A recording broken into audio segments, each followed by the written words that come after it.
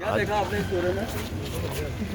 आप जलाड़ दौरा कर गए हैं, पिपलोदी गांव में गए हैं, पीड़ित परिवार से मिले हैं, उनको एक इलाका मुआवजा दिया, बच्चों से मिले। जी बिल्कुल, देखिए मैं मृतक परिजनों से मिल के आया हूँ गाँव के अंदर जाके। मुझे नहीं लगता झालावाड़ की जो आज इन गाँव की हालात है, हिंदुस्तान की 50 साल पहले भी ऐसी हालात होगी। ये आज आज़ादी के दौर में मुझे नहीं लगता उन गाँव के लोगों को आज आज़ादी मिली हुई है।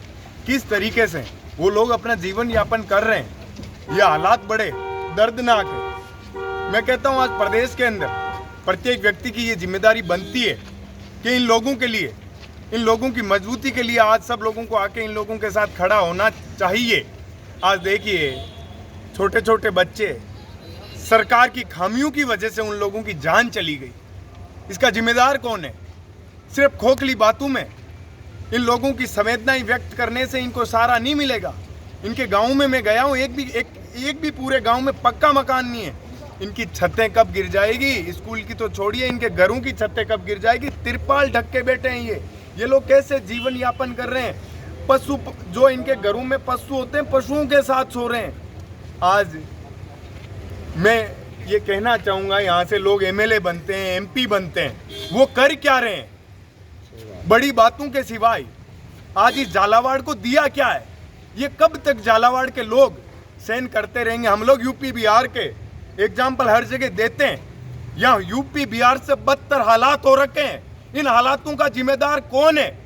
ये प्रत्येक युवा, देश का युवा पूछना चाहता है। यहाँ बड़े बड़े नेता कहते हैं झालावाड़ नहीं आ सकते, आप आइए, झालावाड़ मत आइए, झालावाड़ का सम्मान कीजिए, संवेदनाएं रखिए।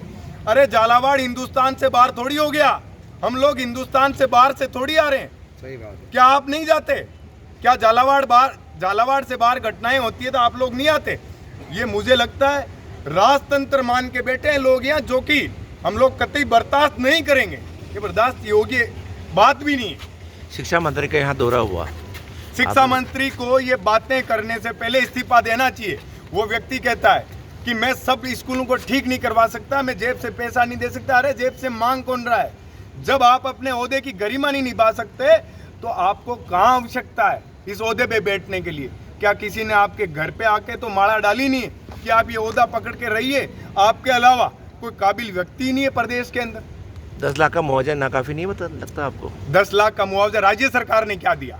राज्य सरकार की खामियों की वजह से ये स्थिति पैदा हुई है, इन बच्चों की जाने गई है। जो बच्चे अपने माता पिता के इस संकट के, इस दुख दर्द के इलाके के अंदर बड़े होके वो इनकी मददगार बनते, वो चीज़ें बदलते, लेकिन आज क्या हालात बना दिए। वो बच्चे क्यों मर गए कोई पूछना चाहता है? वो बालिग भी नहीं हुए थे। कुछ बच्चे तो ऐसे हैं जो पहले दिन स्कूल गए थे और लौटा क्या? मौत। कई बच्चे ऐसे हैं, कई परिवारों के बच्चे ऐसे, मैं गाँव में गया हूँ, बेटे बेटी दोनों एक साथ एक्सपायर हो गए। वो माँ बाप क्या करेंगे? किसका मुंह देख के जिएंगे? मैं आज आपको कह रहा हूँ, ये सरकार और सिस्टम संभला नहीं तो आज मैं आपको बता रहा हूँ लोग आत्महत्याएं करेंगे। आज उन लोगों को मैं ढांढस बंधा के आया हूँ, उन लोगों के पास रोटी खाने के, कपड़ों के पैसे नहीं है।